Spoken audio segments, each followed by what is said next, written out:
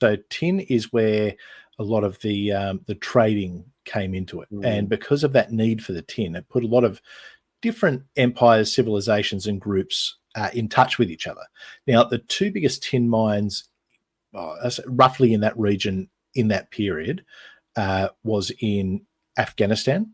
And when I say this is modern day Afghanistan and modern day England, in Cornwall, that's where your biggest two tin mines are. Now, I believe there was some tin in Sicily, so there was a little bit of trade there, but that's where the Bronze Age gets its name. So, ironically, I think it's fair to say, and tell me if you agree with me on this, Dan, I think the civilizations that we're going to be talking about around, I guess, this Mediterranean basin, sort of what's modern day Greece, Turkey, Israel, Egypt, Syria, Jordan, Iraq, all that area. I would say it was probably the most civilized region in the world at that time. And when I say civilized, I guess it's the precursor to Western civilization. So you've got groups like, say, the Mycenaeans, who are the precursors to the Greeks. When you think of Mycenaeans, think about Agamemnon, who led the siege against Troy. Places like that. You've got the Assyrians, which are sort of modern day Syria, and then sort of moving up a bit north into a lot of what is Anatolia, modern day Turkey. Crete was a big player in this period as well. So the Cretans, they were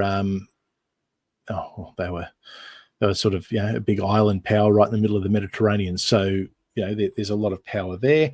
The Babylonians, centered around, well, Babylon is just south of Baghdad and what is modern day Iraq. And then Egypt, if you don't know where Egypt is, well, I don't know what to tell you. Egypt's a big player. Sorry, Chris, I didn't mean to cut you off there. Go for it. And I think Babylon also flourished because they had two major rivers that sat either side of their main city, so the Tigris and the Euphrates, which was...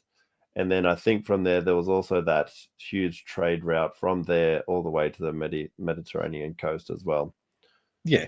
Well, where the Babylonians definitely had a lot of power was that tin trade out of Afghanistan virtually went right through regions that they controlled. So it did make them a fairly major sort of player in a lot of this stuff. So I'll just see if I can bring up I'm just going to bring up a map of the area now, so just to show everyone as well the civilizations at the time. So what were considered big cities was probably only a population of 10,000, but back in that time that was considered to be a huge city. So which small country towns these days are 10,000 people, so it's hard to imagine that the capitals of the world were only about 10,000 people at the time.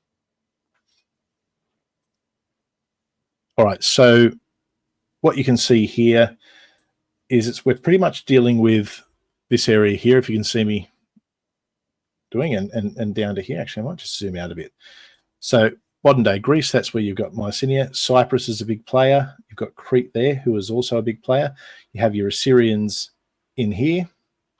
Egypt. Now, Egypt is mainly centered around here in this period and sort of moving up into the southern tip of what is modern day Israel. So, I guess, Gaza. Gaza's traditionally been Egyptian.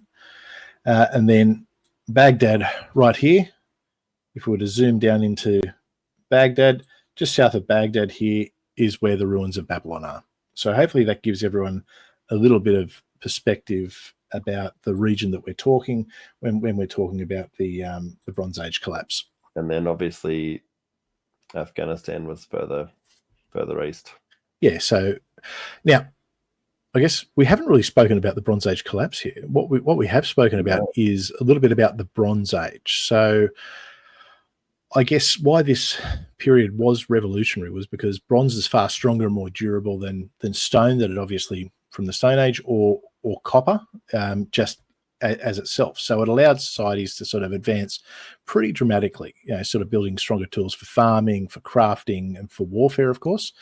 I think the original ones mastered bronze is actually the ancient Sumerians of Mesopotamia. So it goes back a fair way. So this sort of started around about 3300 BC, Yep.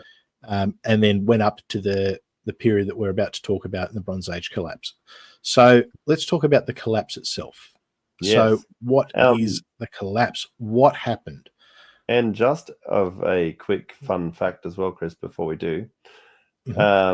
So Akkadian, which is part of the Babylonian area, that was the trade writing on all the cuneiform tablets and all the tablets around the Mediterranean and all that. So basically, Akkadian was the English of the day. So today, it was very much the lingua franca of the period. So yeah, just a fun fact that the Akkadian language was the language of trade of the day. But right, let's go to the collapse. So I guess tell us about the collapse, Dan. The big two words that you will hear with regards to the collapse of this Bronze Age collapse, whether they caused it or whether they were just part of circumstance, the two words are sea peoples. So now, do you want to talk about the sea peoples, Chris? Oh, before we go into the sea people, which we will, I'm curious to know before we actually start on this journey, because look, a lot of the research we're going to be doing on this, we're going to be doing as we go. So I'm curious to know, Dan, what do you think, before we start this, before we really dig into it, what do you think caused the Bronze Age collapse? I think I see a lot of parallels with the Roman Empire, and I know it's mentioned a lot as well. So you have with the Bronze Age collapse, you have a major area with 5 or 6 major empires, and over the period of about 100 years, they all either diminish or go extinct. And Egypt is the only real survivor, but their empire is severely diminished from this. And I've seen a lot of things that drought had a big drought was one thing that initially pushed people to migrate, and obviously there's wars and all those type of things. And it's interesting because whenever a huge empire of nations collapse, it's catastrophic, because you don't just lose those nations, but you lose the trade, you lose the levels of mathematics and tool making and all those type of things, and the literacy. So literacy back in the ancient times was probably 2% for people to be able to read and write.